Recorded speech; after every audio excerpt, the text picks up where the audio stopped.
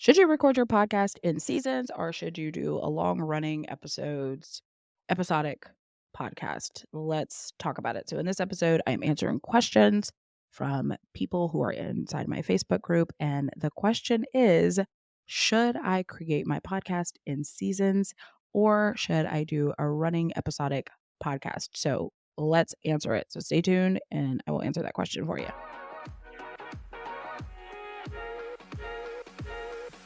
What's up? I'm Angie, and you are listening to Podcast That Pays, the podcast for online business owners who want to grow their business and sell their offers using podcasting. If you like no fluff, tell it like it is advice from a marketing-loving podcast agency owner, you are in the right place. So glad you're here. Let's dive in. So what's up?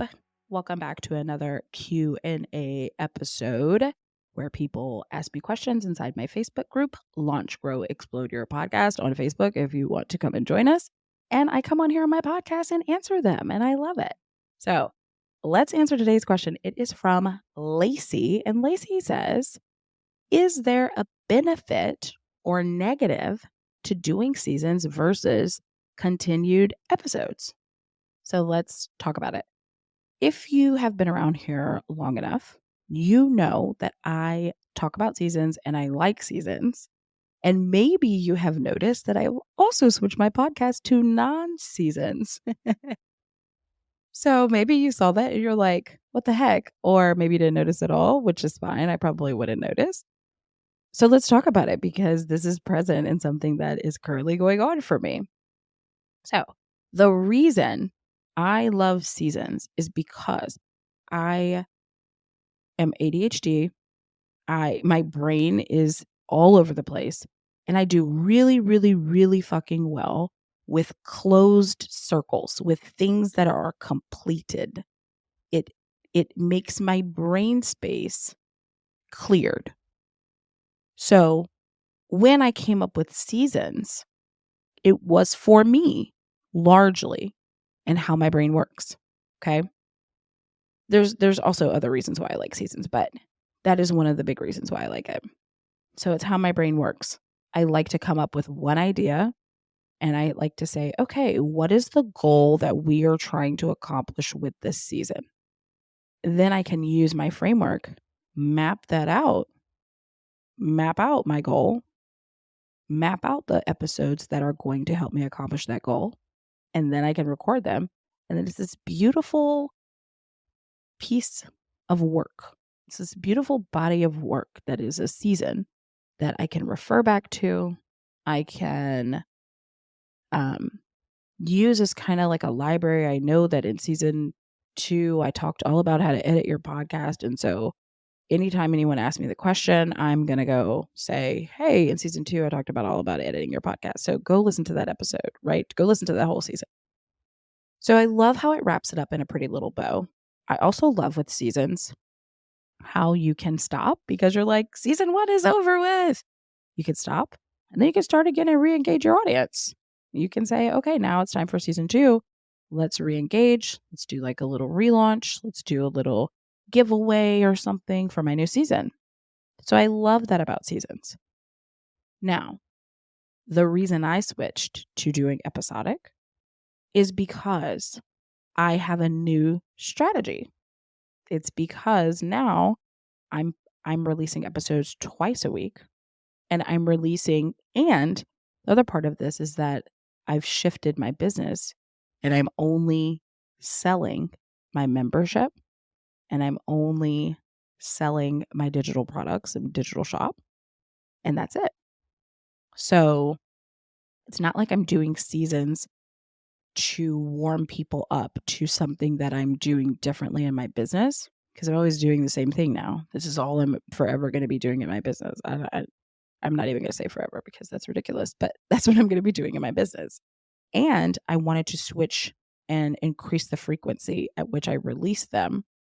And I wanted to try a new format, which is release one episode and then release a Q&A episode every week. So there was several reasons that I wanted to do it like this. Now, is one way better than the other way? No, I don't think one way is better than the other way. I just think that they serve different purposes, and you have to decide which one is right for you and the way that you work. For a long time, I did not create weekly episodes. I just created in seasons, and I used those episodes in a different way. And so right now, I'm hyper focused on increasing my listenership through the podcasting app. And I'm just doing things differently versus when I was doing seasons, I would use that same content over and over and over in my business to primarily sell my offers. Now I am shifting a little bit more into, I'm not just using my podcast in my business, but I am growing my podcast. Not saying that you can't grow your podcast in seasons, but my focus is different. Okay. If that makes sense. So I'm focused in general in my marketing on producing more and more content, just to be honest. And before, I wasn't focused on that. I was focused on, let's take this group of episodes this season and let's maximize it and use it to help me sell my shit. Okay. So I hope that that makes sense. And the answer to your question of seasons versus episodic, I hope that I answered that. But it's really a preference. It's really what feels good for you to create. It's really what makes sense for your business and wherever you're at. And I want to give you permission for whoever is listening. You can do this however you want to do it, and you can change it up. You can go from doing seasons if you want and then switch it up, or you can have been episodic and then now you're going into seasons. Instead of doing seasons, you could do series if you want to. If you don't want to do big full seasons, I may incorporate some of that into the podcast, but for now, I'm sticking to my format of 2 episodes a week, one where I'm giving information, one where I'm doing a Q&A, and that's what I'm doing for now. So I hope that answers your question, Lacey. And again, if you have questions that you want me to answer specifically for you, go over to my Facebook group, Launch, Grow, Explode Your Podcast, and come ask me anything. And so I can respond to you here on the podcast. So I hope that helps, and I will see you in the next episode. Hey, if you enjoyed the show, head over to podcastthatpays.com to get started on your way to creating a podcast that pays. And don't forget to follow this show and take a screenshot that you were listening and tag me on Instagram at Angie M. Jordan. I'd love to meet you and show you some love over there. Thank you so much for being here. I love you. Let's get this money.